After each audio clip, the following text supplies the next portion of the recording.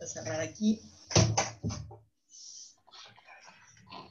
¿Cómo están ustedes? ¿Me escuchan bien?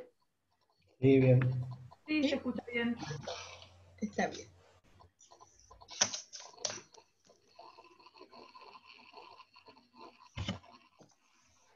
Doctora, disculpe, buenas tardes, ¿cómo le va? Hola. Tomás le habla. Hola Tomás, ¿cómo estás? Bien, todo tranquilo. Bueno, La me clase, alegro. bien. La clase del 8 del 9, no la subieron. ¿Cuál es la del 8 del 9? ¿Clase de quién es? Del doctor con el apellido raro. Sebo Taronek. Sí, ¿Pedro? sí. ¿Pedro? ¿De qué era la clase? Decime porque yo se lo digo. A lo mejor tuvo algún problema. Efectos personales del matrimonio. Bueno, le voy a decir al doctor hoy entonces Sí, que y suba su la, clase. sí, y la del 7 del 9 no se puede abrir. ¿Cuál es? La del doctor Colavita. Está en el campus, pero yo por lo menos no la pude abrir. Porque, ¿qué habrá pasado? ¿Tienen idea de lo que puede haber ocurrido? No sé si alguien la pudo abrir. Está, pero yo no No, pude. yo tampoco. Está con un programa tipo La Nube que te lleva, pero no te deja nunca abrir. Bueno, entonces lo voy a anotar, chicos. Ya mismo estoy anotando todo esto que ustedes me dicen. La clase de Acá. Pedro del día 7, ¿de cuándo? ¿Del 8 del 9? No, del 8 del 9 la clase del De señor con el Pedro. apellido raro.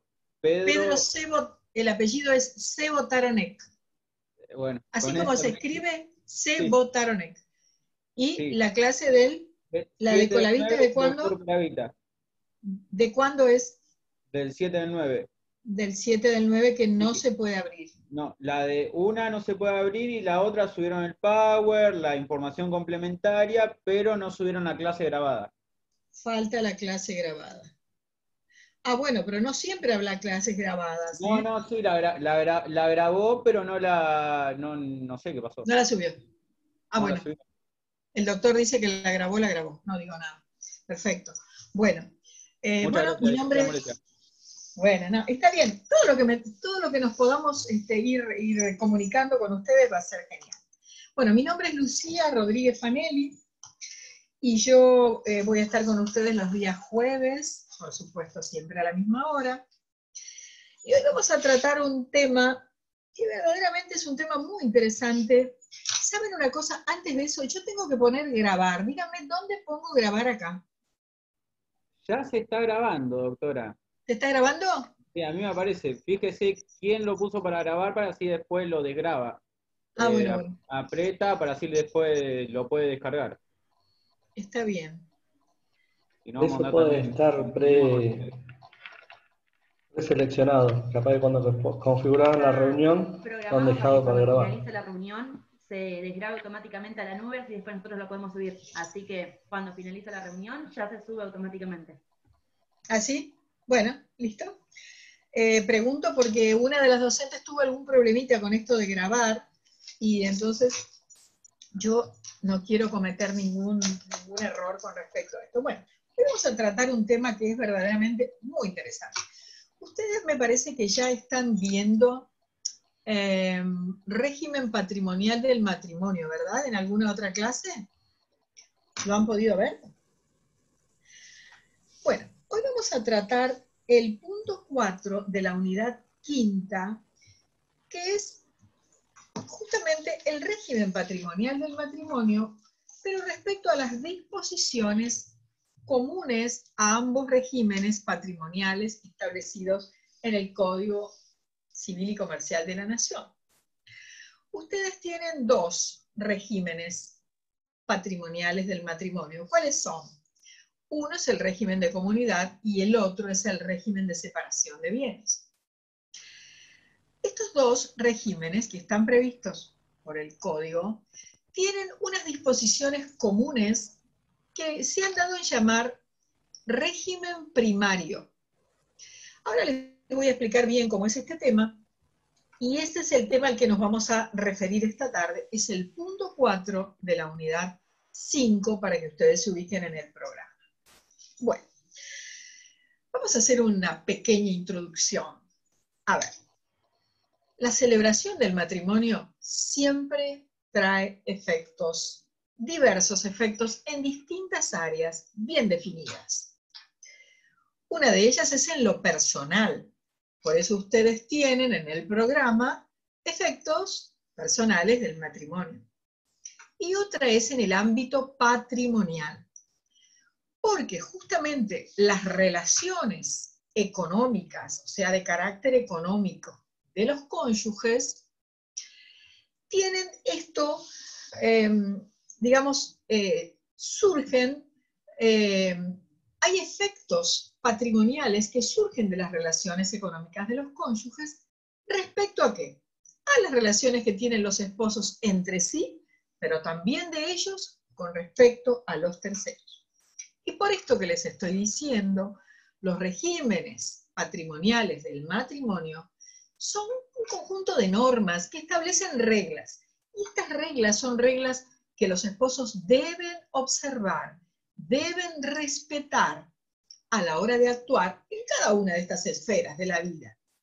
Por ejemplo, en lo patrimonial, que es lo que hoy nos interesa, a la hora de administrar sus bienes, a la hora de contribuir a las necesidades ordinarias del hogar y al sostenimiento y educación de sus hijos, a la hora de dar respuesta a las deudas contraídas por ambos, las razones que tuvieron, por supuesto, y al finalizar el régimen también a la división de los bienes entre ellos.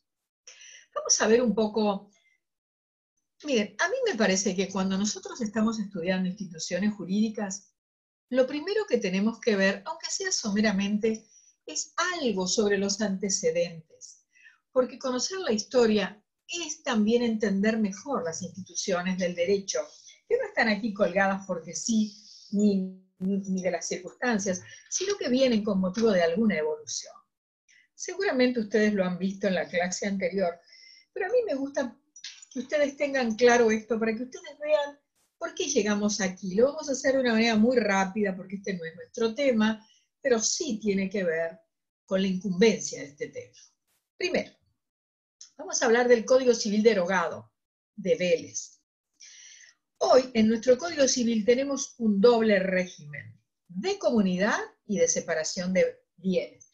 Pero en el Código Civil derogado, había un régimen único, que era un régimen legal, forzoso, inmutable, no se podía modificar, de comunidad restringida a las ganancias, de división por mitades, la administración era separada, había algunos elementos de administración conjunta, pero también el régimen de deudas era separado. Y lo excepcional era que se pudiera pedir o que se pudiera acudir a una división judicial de bienes, una separación judicial de bienes. De esto hablaba el artículo 1294, que era la única norma que lo traía. ¿Por qué pasaba eso? Porque había otro concepto de familia, porque había otro contexto histórico, otro contexto sociológico. La familia era una familia de concepto más cerrado, era importante el matrimonio. Recuerden ustedes que se hablaba de la familia legítima, que era la familia matrimonial. Era una situación también, la del tiempo de Vélez, más patrimonializada, porque la familia dependía, no solo en lo patrimonial, sino en otros aspectos, del poder del marido, del poder del padre. La mujer prácticamente era una incapaz de hecho relativo. Todos sus bienes propios y gananciales eran bienes administrados por su marido. Todo eso fue cambiando con el tiempo y generó un fuerte impacto en las estructuras del derecho privado, que tuvo que contener tantas modificaciones y transformaciones que se produjeron en las relaciones personales de los cónyuges, justamente con motivo de los cambios en el concepto de familia, que un día en alguna de este programa seguramente vamos a poder tratar. Lo que quiero decir es que había una condición desigualitaria, porque marido y mujer tenían una relación verdaderamente asimétrica. Con el correr del tiempo, todos estos cambios se fueron consolidando y ya desde el siglo pasado comenzaron algunas leyes regulatorias que impactaron en principio sobre la capacidad de la mujer casada y también en otros aspectos. Y solamente voy a anunciar una ley que fue importante, la 17711 del año 1968, que estableció el régimen de gestión separado para cada uno de los cónyuges de sus propios bienes, o sea, los bienes propios, y de los gananciales que adquirieran. Y así fuimos entrando en una nueva regulación y en una nueva conformación sobre el pilar de un nuevo concepto de familia que modificó totalmente los paradigmas y llegamos hasta donde estamos hoy. Vamos a ver entonces cuál es el sistema del Código Civil con respecto al régimen patrimonial del matrimonio. Miren, a partir del artículo 446, el Código Civil Comercial incorporó una serie de modificaciones verdaderamente importantes.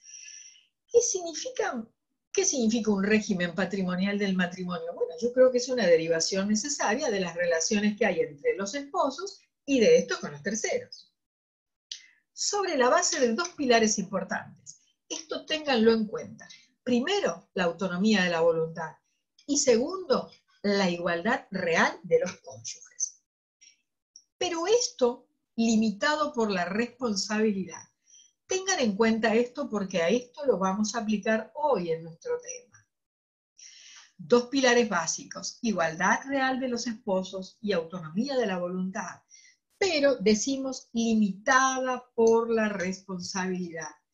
Como reflejo, ¿saben de qué? De la solidaridad familiar y de la ayuda mutua, de la ayuda recíproca entre los esposos. ¿Por qué decimos esto? Porque el matrimonio es una comunidad de vida. Y es una comunidad de vida donde los cónyuges trabajan juntos para generar ganancias. Y estas ganancias van a servir para sostener sus necesidades, los gastos de la familia, en definitiva, las necesidades de la familia. Y también el tema de la autonomía de la voluntad, que seguramente la semana pasada ustedes lo vieron, a la hora de admitir el reconocimiento que hace nuestra ley del derecho que tienen los contrayentes, que aún no se han casado, aún no son cónyuges, de seleccionar, artículo 446, inciso D, el régimen patrimonial que más les conviene en una convención matrimonial, antes de casarse. Y después de casarse, artículo 449, la facultad que tienen los esposos de elegir aquel régimen patrimonial que va a acompañarlos en sus decisiones económicas, de carácter económico y patrimonial. Artículo 449. ¿Puede modificarse el régimen? Sí. Entonces en el 449 van a encontrar ustedes este derecho reconocido y los requisitos que la ley exige. Después de un año de la aplicación del régimen actual que tienen, sea convencional o supletorio, por escritura pública, es necesaria una inscripción registrada en el acta de matrimonio para ser oponible a terceros, en fin, todas esas cosas. Bueno, vamos entonces a entrar ahora sí, después de todo este prólogo, vamos a entrar a nuestro tema concreto, que son las disposiciones comunes que tienen el régimen de comunidad y el régimen de separación de bienes, unas disposiciones comunes que realmente forman un verdadero bloque. ¿Saben cómo se llama este bloque? Régimen primario. Anótenlo porque es muy importante, porque la doctrina también lo reconoce como régimen primario. Artículos 454 al 462. ¿Por qué existe este régimen legal primario? Que es ese conjunto de disposiciones de ambos regímenes que son comunes a los dos. Existe como un límite, se fijó por el legislador como un límite a la autonomía de la voluntad y tiene una finalidad esencialmente protectoria. Y cuando digo protectoria, a mí me gusta usar la palabra tuitiva. Lo tuitivo es lo que resguarda. Lo tuitivo es lo protectorio. Ampara. ¿A quiénes ampara? Bueno, ampara a los cónyuges, ampara la vida familiar y también a los terceros. ¿Por qué no? Hay normas aquí para la protección de los terceros. Entonces, a partir de ahora les voy a decir cuáles son los caracteres que tiene este régimen legal primario, que tiene que ver, repito, con las disposiciones comunes a ambos regímenes, que conforman un verdadero bloque, y esto es muy importante. Quiero decirles a ustedes que este es un tema de pregunta de examen siempre, siempre, siempre. Así que ténganlo presente, anótenlo.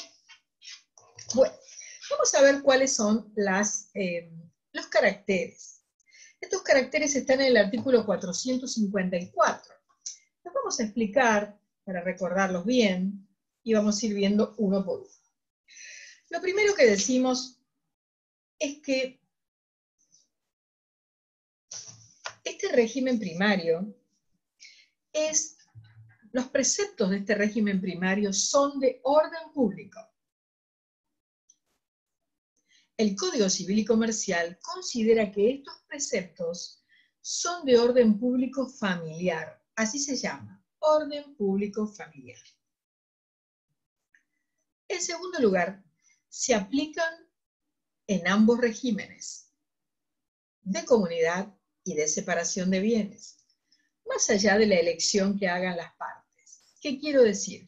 Que sea cual fuera el régimen que elijan, siempre van a aplicarse en uno o en otro. Tercero, son inderogables para los cónyuges. No pueden renunciar a ellos, salvo, por supuesto, que hubiera una norma en contrario en alguno de los dos regímenes, pero hoy decimos son inderogables. Quiero decir con esto que desde el artículo 454 al 462 hay un núcleo duro, que es este régimen primario, un núcleo irreductible del que los esposos no pueden apartarse, y que se expresa en derechos, en prerrogativas, en prohibiciones, y que tiene por finalidad, como dije recién, el amparo, la protección de la familia. Y contiene una serie de reglas, este régimen primario. Normas con respecto a qué. Vamos a ver la primera. El deber de contribución que tienen los esposos con respecto a las necesidades del hogar, al sostenimiento de los hijos comunes, de los hijos de uno de ellos. Vamos a ver el deber de contribución. Primera cuestión. Segundo, las normas referentes al mandato entre cónyuges.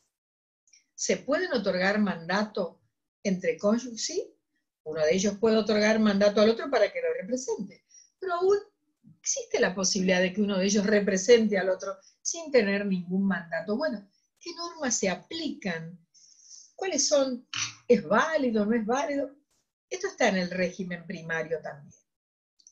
Pero también hay otras normas que están incluidas en el régimen primario, que tienen que ver con la responsabilidad solidaria por alguna clase de deudas. Ya vamos a ver cuál es la regla en materia de deudas, y vamos a ver que aquí hay una excepción verdaderamente importante.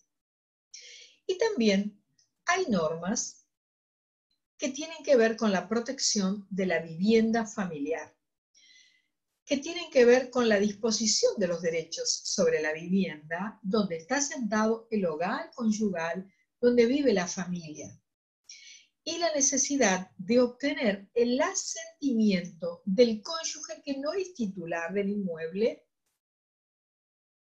Y vamos a ver qué pasa también, porque la ley habla del tema, cuando el cónyuge no titular que debe prestar el asentimiento para el acto se niega, o si tiene razones justificadas o no, si el interés familiar está o no comprometido, y también cuál es el procedimiento que la ley trae cuando una persona es titular de un inmueble donde está asentada la vivienda familiar, quiere, por ejemplo, vender, el otro se niega, hay un procedimiento judicial porque se puede solicitar una autorización judicial supletoria.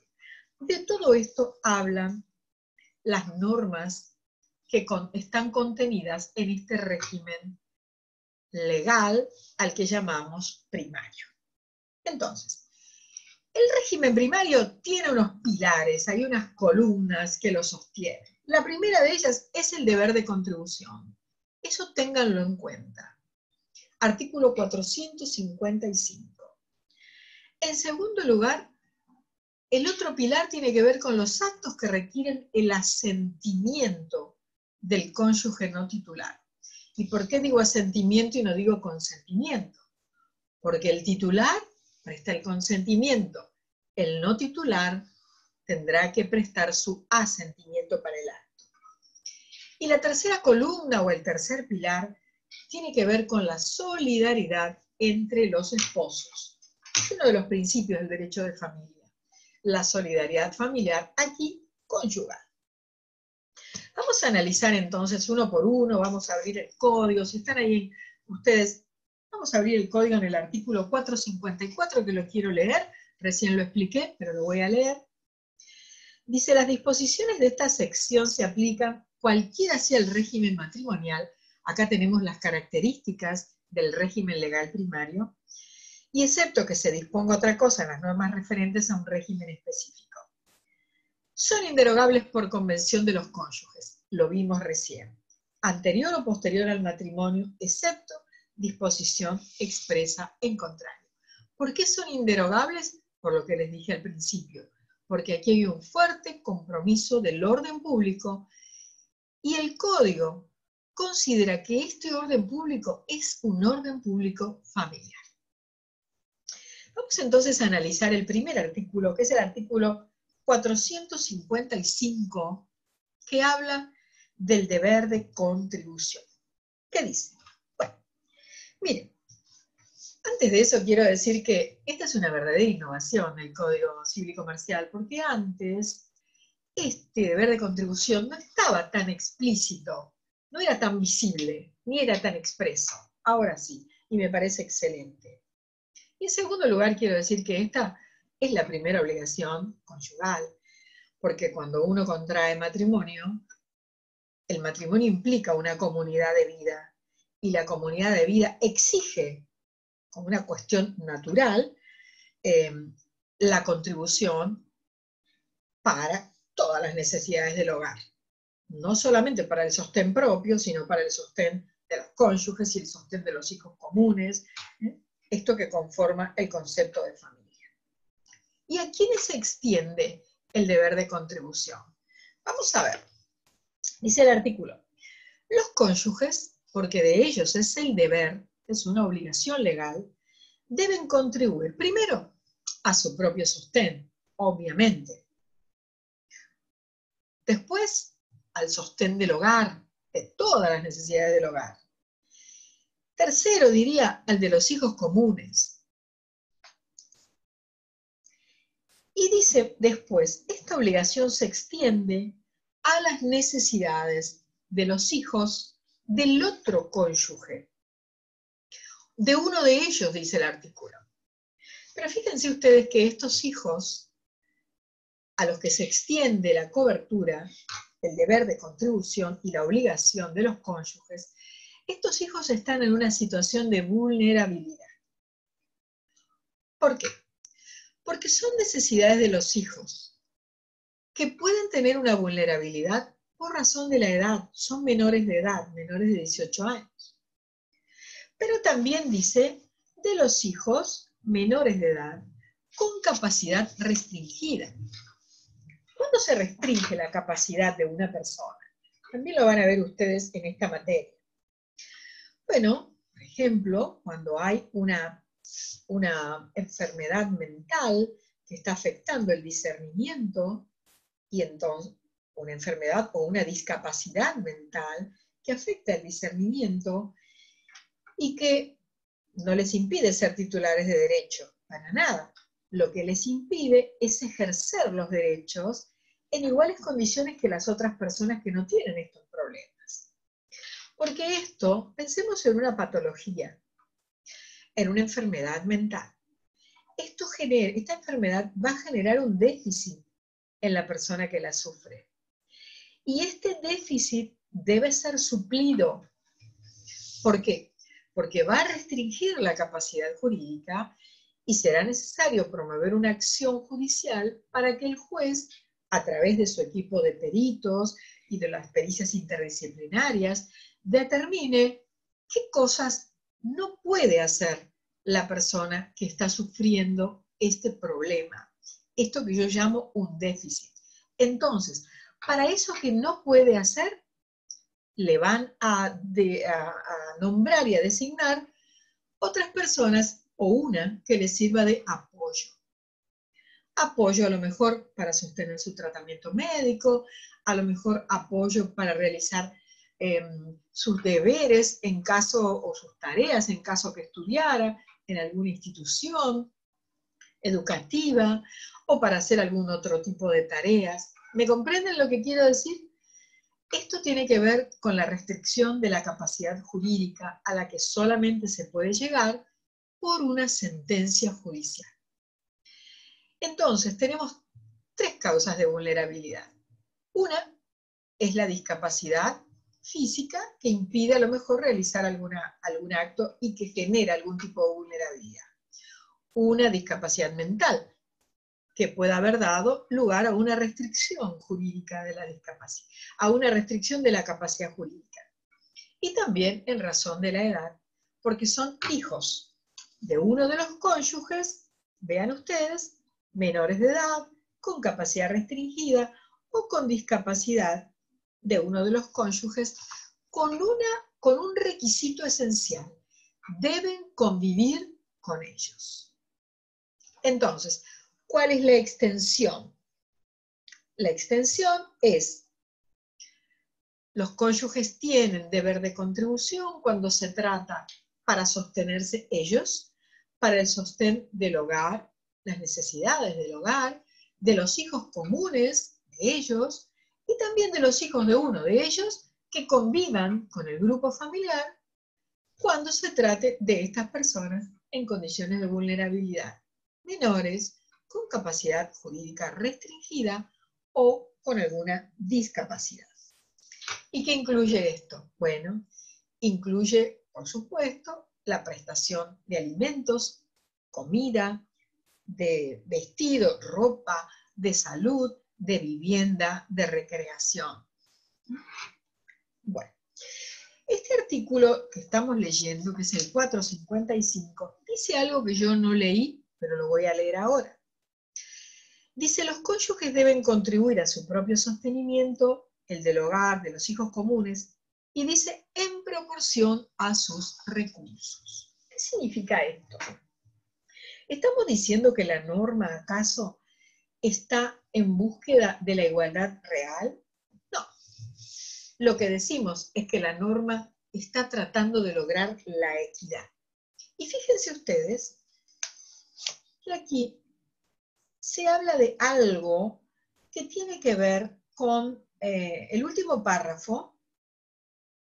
Vean ustedes, dice algo que yo considero que es una perspectiva de género. Voy a leer lo que dice. El último párrafo dice: el cónyuge que no da cumplimiento a esta obligación puede ser demandado judicialmente por el otro para que lo haga. Y acá viene: debiéndose considerar que el trabajo en el hogar es computable como contribución a las cargas. Ven ustedes qué importante. ¿Por qué digo que hay una perspectiva de género? Porque históricamente las mujeres se han ocupado de las tareas domésticas y de las tareas del hogar. Desde allí. Pero en realidad esto es aplicable a cualquiera de los miembros de la pareja. No importa el sexo que tenga. A aquella persona, miembro de una pareja, que se ocupa de las tareas de cuidado del hogar, de las tareas domésticas, del cuidado de la familia. ¿Qué está diciéndonos la ley? Que eso que realiza tiene un valor económico y que debe ser computado como si fuera una contribución y como si fuera un verdadero aporte a las cargas. Así que vean ustedes qué importante. Cuando uno de los esposos entonces incumple este deber de contribución que es tan importante, donde están comprometidos los derechos humanos de las personas, miembros de la familia, el otro puede demandarlo judicialmente y puede demandarlo para que cumpla con esa contribución. Bueno, yo quiero decirles para que ustedes anoten esto, que este artículo 455 debe ser integrado y estudiado integralmente y en concordancia primero con el 431, con el 658 y con el 659. Repito, 455, con el 431, con el 658 y con el 659. ¿Por qué decimos esto del 431? Miren qué importante es. El código es una unidad, así que ustedes tienen que estudiarlo con ese sentido. El artículo 431 habla del deber de asistencia entre cónyuges y dice que los esposos, al contraer matrimonio, se comprometen a desarrollar un proyecto común, ¿sí?, que está basado en la cooperación, en la convivencia, en el respeto al deber moral de fidelidad, y dice que deben prestarse asistencia mutua. Así que vincúlenlo siempre con este 455 del que estamos hablando. Y también los artículos 658 y 659, que son muy importantes porque están hablando de los deberes y de los derechos que tienen los padres, los progenitores, con relación a sus hijos. El 658 dice que los dos padres tienen derecho de criar a sus hijos, de alimentarlos, de educarlos, conforme a su condición y fortuna, aunque uno de ellos tenga el cuidado personal.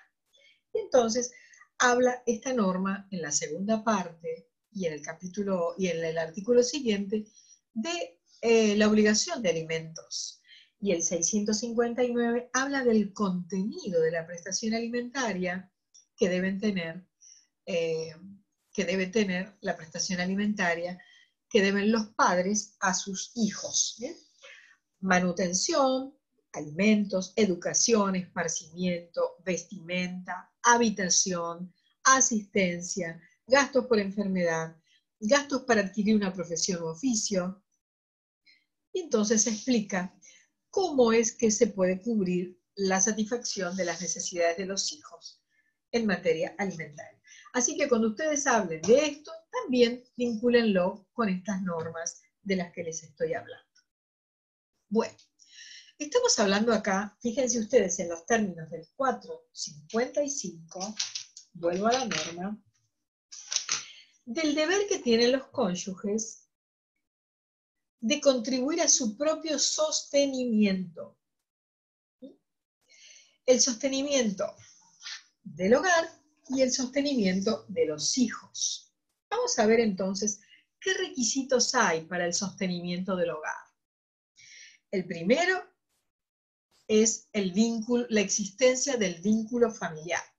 Y en segundo lugar, la convivencia. Todo aquel que convive en el grupo familiar, por supuesto, está incluido en esta cobertura que exige a los cónyuges el deber de contribución. Y en el segundo lugar, el sostenimiento de los hijos comunes, es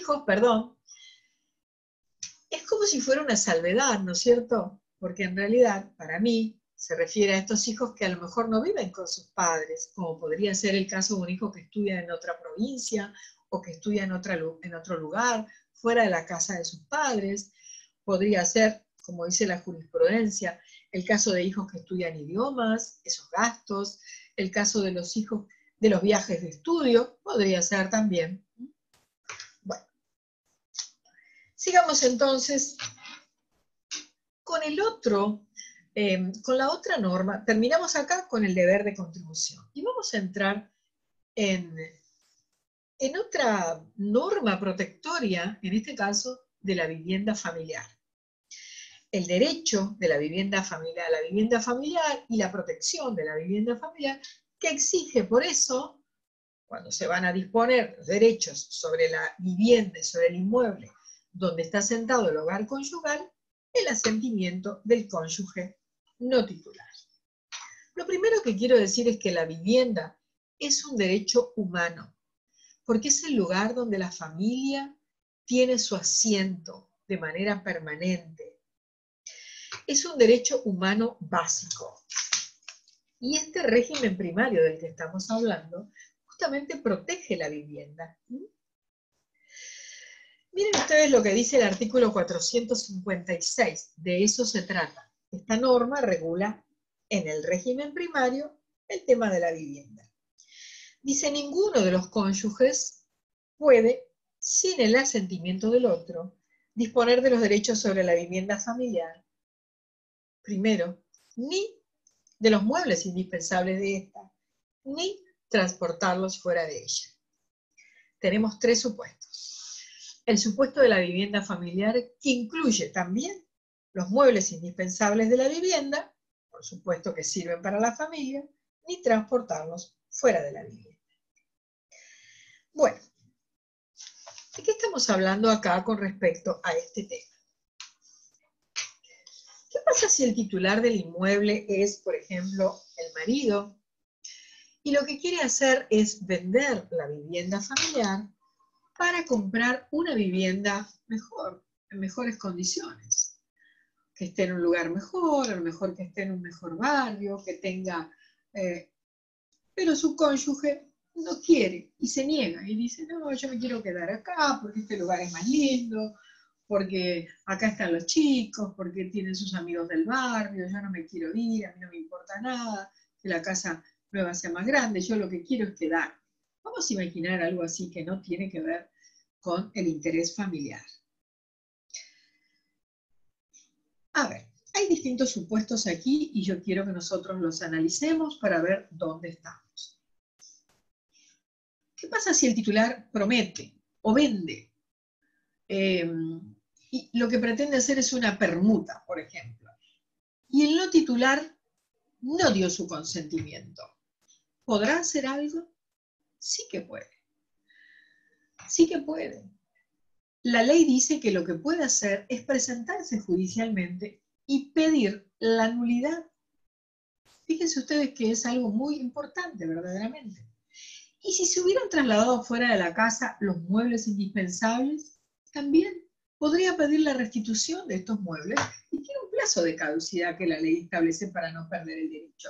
6 meses desde que supo que esto ocurrió y que los muebles fueron puestos fuera de la vivienda. Esta es una cuestión de hecho que en definitiva habrá que probar.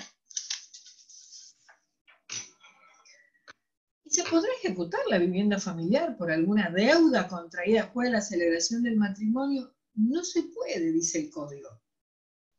Salvo que hubieran sido deudas contraídas por ambos esposos o por uno de ellos con el asentimiento del otro.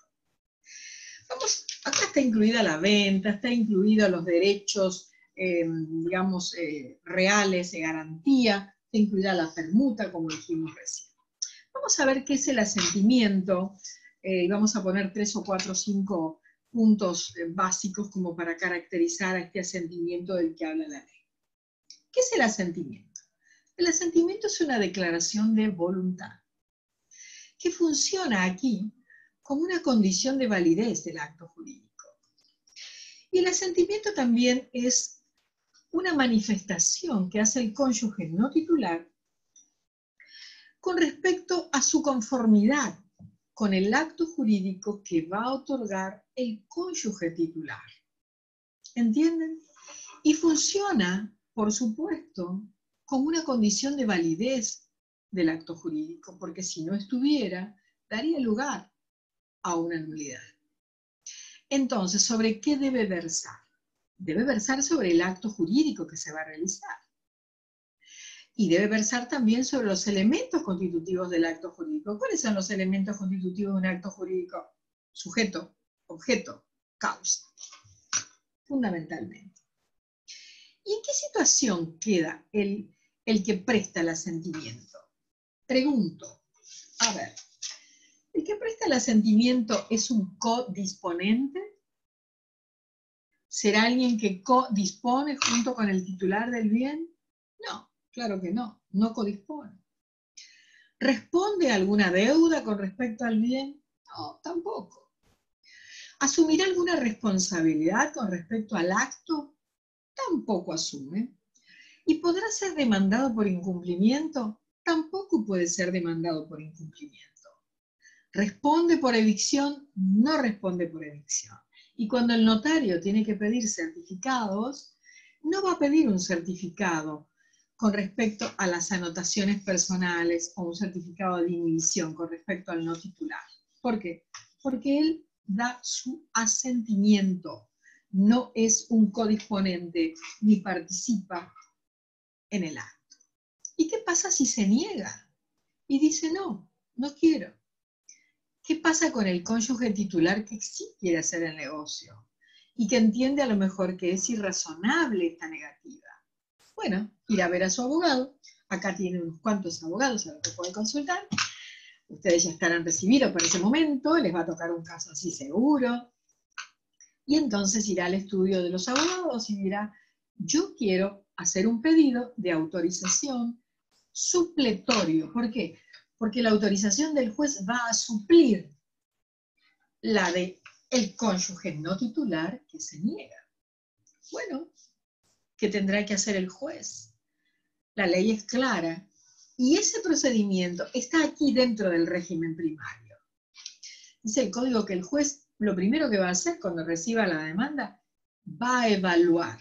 ¿Qué va a evaluar? Bueno, a ver, vamos a ver por qué se niega la persona que se niega. Vamos a hacer una audiencia. Hoy, en un contexto de pandemia, haría una audiencia virtual, telemática, por Microsoft Teams. Y, señora, ¿qué le pasa? O señor, ¿qué le pasa? ¿Por qué no quiere otorgar el asentimiento? Entonces se explicará sus razones. Y el juez tiene que determinar, más bien no determinar, sino el juez tiene que, al evaluar, establecer si estas razones verdaderamente tienen que ver con un interés familiar comprometido o no. A lo mejor no. Y si la respuesta es no, entonces el juez otorgará la autorización judicial. Pero quiero hacerles una salvedad para que ustedes no se confundan. ¿Para qué se otorga la autorización judicial? ¿Es para representar al otro en el acto? No. La autorización judicial se va a otorgar, el juez la va a autorizar para el otorgamiento del acto, no para representar al otro. Tengan en cuenta eso, porque no es para representar al otro. Ahora bien, el código es muy claro cuando dice que el juez otorgará esta autorización cuando el cónyuge no titular fuera, por ejemplo, una persona ausente. ¿Quién es una persona ausente? El ausente es aquel cuyo paradero o domicilio actual se desconoce, no se sabe dónde está. Entonces hay que publicar edictos para buscarlo, no se sabe dónde está. Puede ser un ausente que a lo mejor ha desaparecido de su domicilio y no se tienen datos, o bien puede ser un simple ausente del que no se tiene ninguna noticia durante un tiempo. Entonces, cuando estamos frente a un ausente o a una persona que ha sido declarada incapaz judicialmente, fíjense, incapaz, hoy hablamos de una persona con capacidad restringida. Y se le designaban apoyos. ¿Para qué? Para que pudiera ejercer sus actos de una manera más simétrica con las personas que no tienen ese déficit. Pero aquí estamos hablando de una persona con incapacidad. Alguien que no puede conectarse con el medio, con otras personas, de ninguna manera. Una persona que no tiene, que no puede ejercer sus derechos de ninguna manera. A estas personas se les judicialmente en la sentencia, se les designa un curador. Después ustedes van a ver esto en uno de los puntos del programa.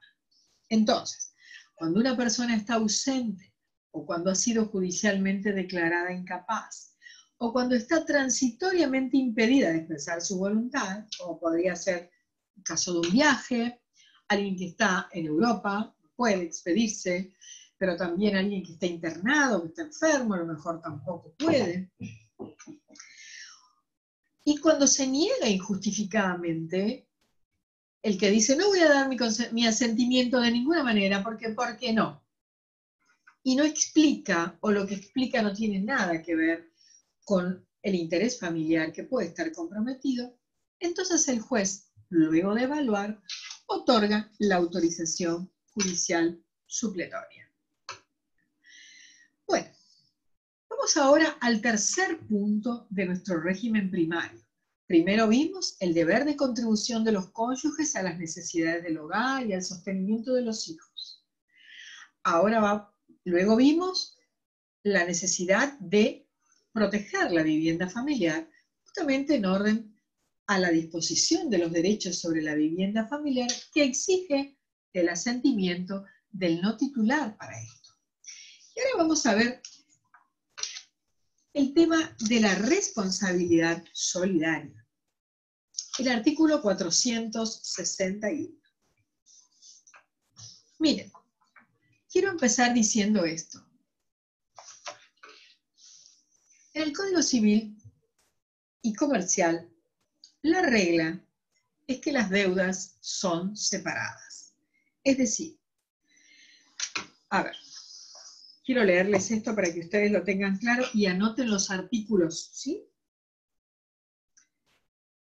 La regla es que ninguno de los cónyuges responde por las deudas del otro. Cada uno responde frente a sus propios acreedores con todos sus bienes por las obligaciones contraídas. ¿Sí? Artículo 467. Vinculen lo que estoy diciendo con estas normas. Dice el 467.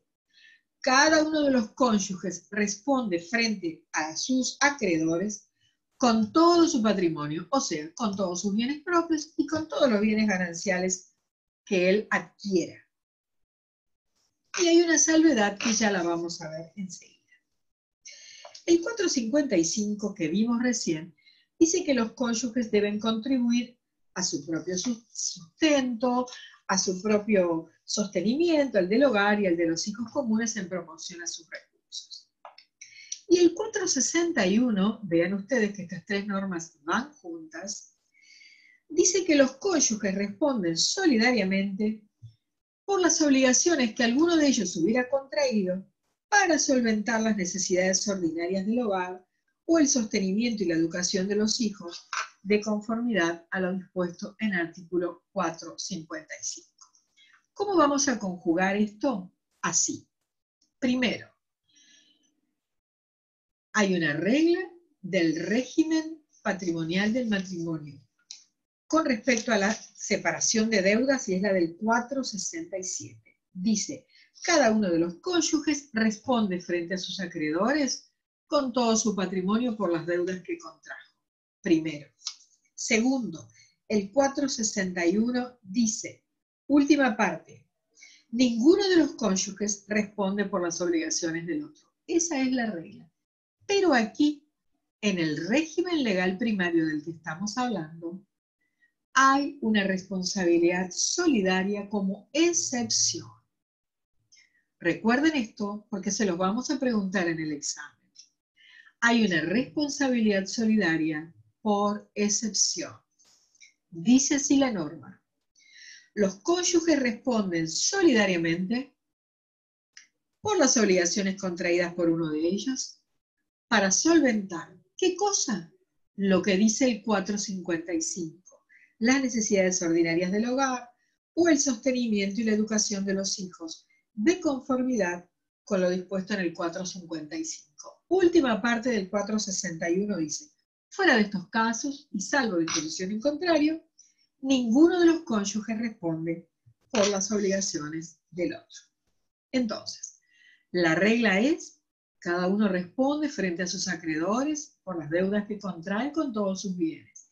Pero la excepción está aquí en el régimen legal primario, porque hay una obligación, una responsabilidad solidaria que tiene que ver con las obligaciones contraídas por uno de los cónyuges para solventar, primero, las necesidades ordinarias del hogar o el sostenimiento y educación de los hijos. Así que estas tres normas van juntas.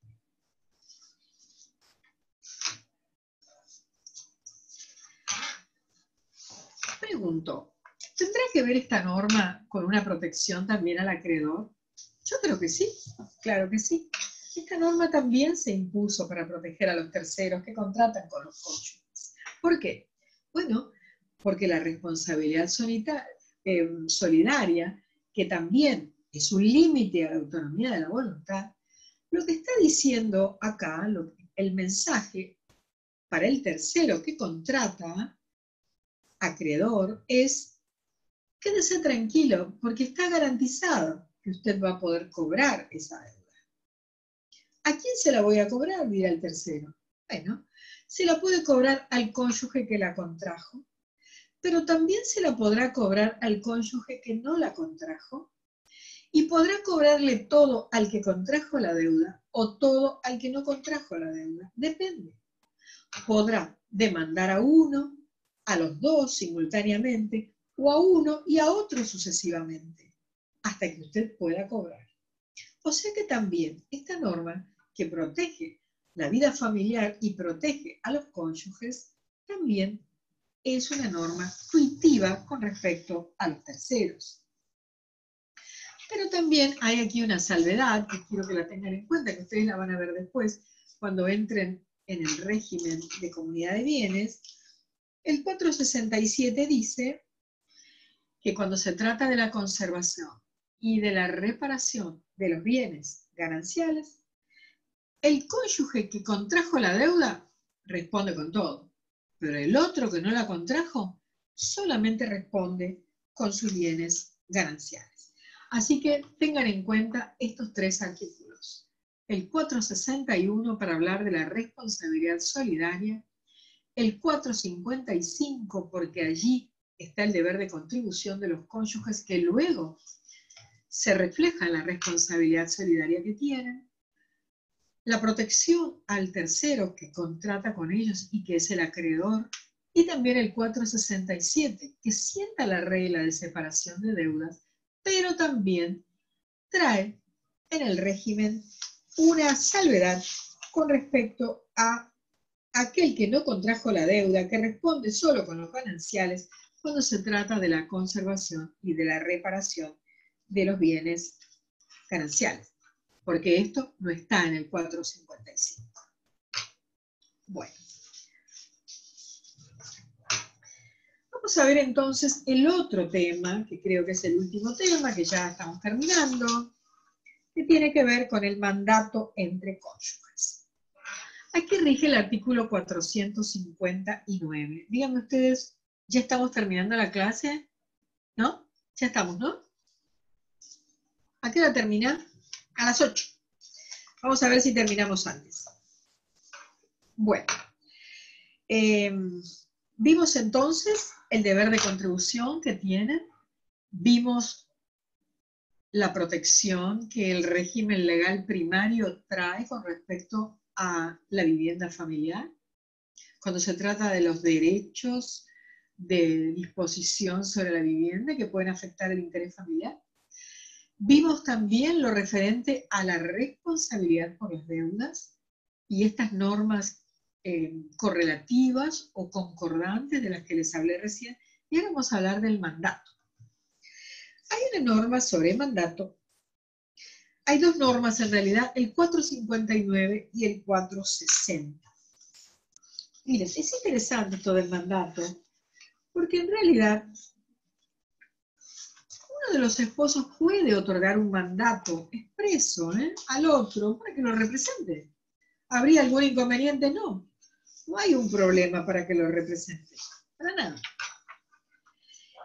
Dice el código, para representarlo en ejercicio de las facultades que el régimen matrimonial le atribuye. Pero sí hay una prohibición.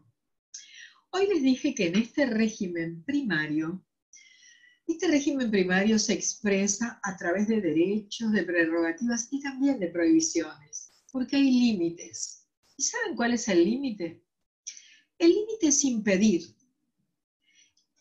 que el cónyuge no titular otorgue un poder al titular del inmueble, donde también se incluya el asentimiento, si él quiere disponer de los derechos sobre la vivienda familiar. ¿Entienden? Porque esto podría dar lugar a un verdadero abuso.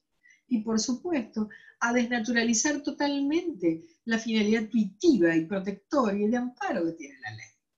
Entonces el código es muy expreso al respecto y dice: uno de los cónyuges puede dar poder al otro para representarlo en el ejercicio de las facultades que el régimen matrimonial le atribuye, pero no para darse a sí mismo el asentimiento en los casos en los que el artículo 456 lo requiere, y es el asentimiento para el caso de disposición de la vivienda familiar.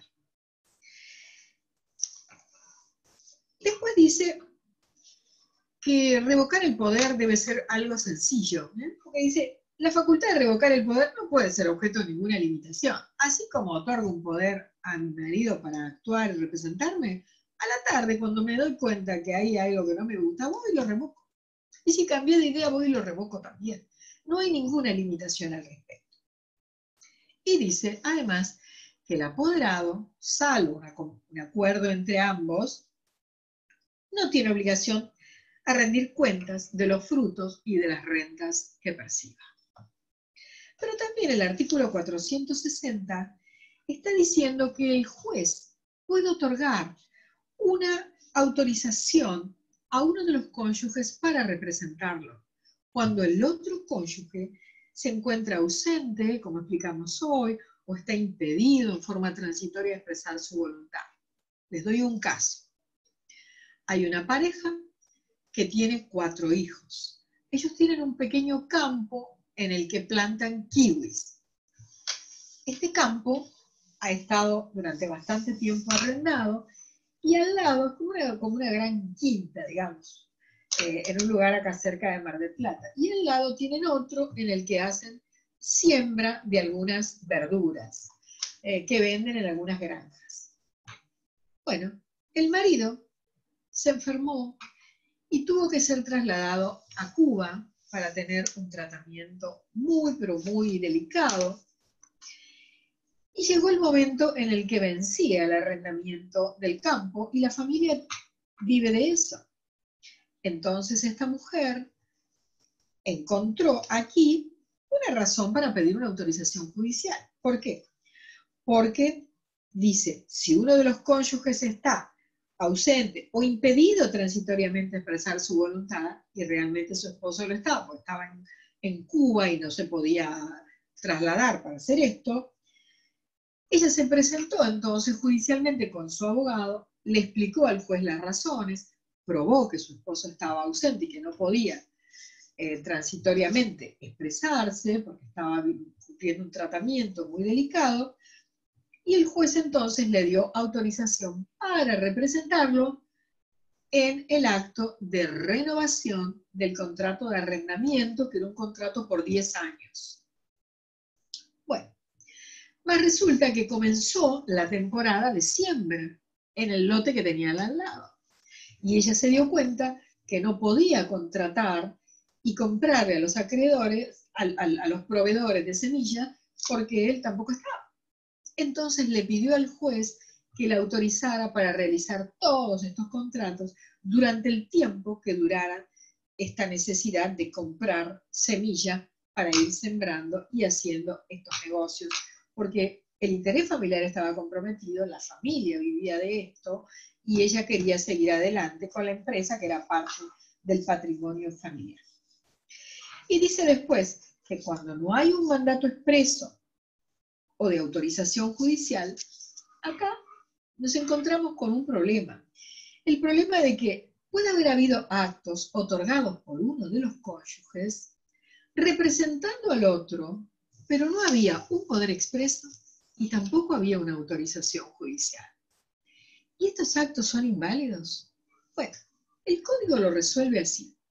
Dice, para los actos otorgados, estoy leyendo el 460 última parte, que los actos otorgados por uno de los esposos en representación del otro, a falta de mandato expreso de autorización judicial, se les aplican las normas de ¿qué? Del mandato tácito o de la gestión de negocios, según sea el caso. Este es el tema del mandato. Miren, estas normas son importantes y están dentro de este régimen legal primario, que contiene disposiciones comunes a ambos regímenes y que dijimos que tiene normas donde está comprometido el orden público familiar. Dijimos que son inderogables para los esposos, justamente por el fuerte compromiso del orden público que hay. Dijimos que estas normas constituyen un mínimo, un núcleo duro, irreductible, que no pueden ser dejadas de lado y que deben ser respetadas siempre. ¿Cuáles son qué es lo que contiene este régimen primario? Primero, vimos lo referente al deber de contribución, que es uno de sus pilares básicos. El deber de contribución del artículo 455. Los dos cónyuges contribuyendo a las necesidades del hogar ordinarias, a su propio sostén y al sostenimiento de los hijos, a la educación de los hijos. ¿De qué hijos? Hijos comunes, obviamente viven con ellos, pero también si no vivieran con ellos, vimos que también están incluidos. Y a los hijos de uno de los cónyuges en situaciones de vulnerabilidad. Una restricción de la capacidad jurídica, podría tener una discapacidad o también vulnerabilidad por ser menor de edad. ¿A quiénes se extiende este deber de contribución? A todos estos miembros de la familia, protagonistas del grupo familiar del que estamos hablando.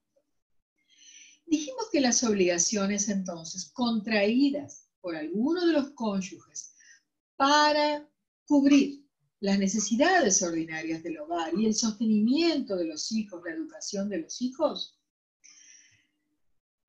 constituyen una verdadera excepción dentro de la regla de separación de deudas. Porque aquí lo que se establece en el artículo 461 es que estas son deudas donde los dos deben contribuir, es decir, ambos son responsables en forma solidaria frente al acreedor. ¿El acreedor está aquí protegido? Sí. ¿A quién le puede cobrar? A cualquiera de los dos, al que contrajo la deuda o al que no contrajo la deuda. ¿Con qué? Con todos sus bienes. Todo su patrimonio está comprometido aquí. 461. Vimos también que dentro del régimen primario, la protección de la vivienda familiar se entiende como un verdadero derecho humano en el que se asienta la familia para llevar a cabo su proyecto de vida. Y entonces, para disponer de los derechos sobre la vivienda familiar, considerando la enorme entidad y el gran valor que esto tiene para la familia y el fuerte compromiso del interés familiar, se necesita el asentimiento del cónyuge no titular del inmueble. Ya vimos lo que es el asentimiento, cuál es la situación del que asiente. Vimos lo que no es el asentimiento y vimos cuáles son las responsabilidades y los efectos también de no otorgar el asentimiento. ¿Cuál es el procedimiento del que habla la ley para que el juez pueda otorgar una autorización supletoria? Y por último vamos a ver el caso del artículo 462, que también integra las disposiciones comunes a ambos regímenes, que habla de las cosas muebles no registrables. Estas cosas muebles que hay de propiedad de todas las familias. Los actos de administración y disposición a título oneroso, por venta, por ejemplo, de cosas muebles no registrables, cuya tenencia ejerce individualmente uno de los esposos, este acto de administración y disposición que celebró con terceros de buena fe son válidos, pero con una salvedad. Y aquí nuevamente viene esta finalidad, este objetivo protector y de amparo. Hay una prohibición, salvo que se trate de los muebles indispensables del hogar o de los objetos que están destinados al uso personal del otro o al ejercicio de su trabajo o de su profesión. ¿Qué es lo que puede hacer el otro cónyuge? Puede demandar la nulidad. Otra vez, la nulidad que hará caer el acto. ¿Por qué hablamos de la nulidad?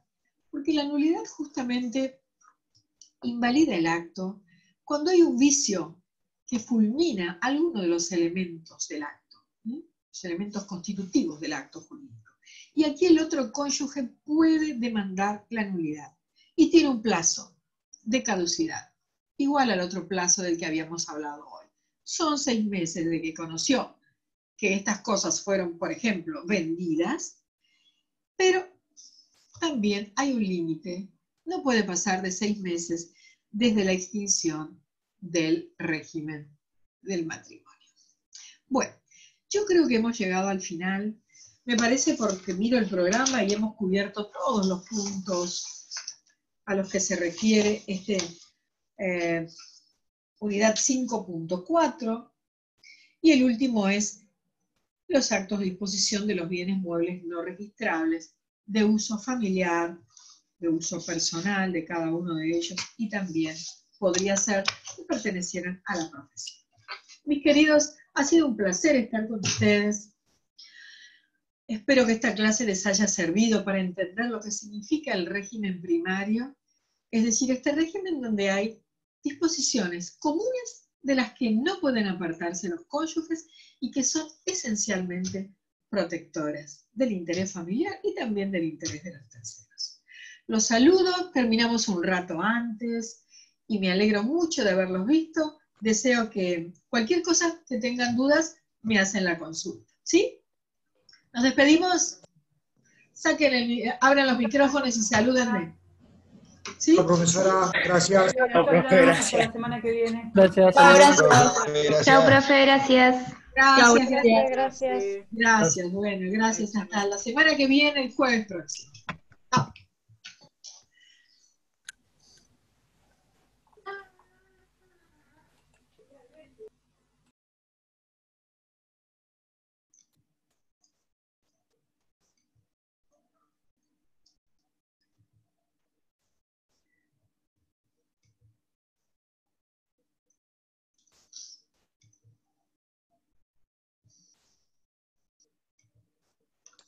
No puedo salir, no es que me estoy quedando, no puedo salir. Está bien. ¿Todo está bien? Todo bien, estoy tratando de salir, pero no sé si se me tildó la computadora o qué, pero no puedo salir. No sé que estamos con el mismo problema, yo tampoco puedo salir. Ah, bueno, entonces no soy el único. No. ¿Te sirvió la clase? Sí, la verdad que sí. Venía leyendo el código y me sirvió para complementarlo. Qué bueno. Bueno, me alegro muchísimo.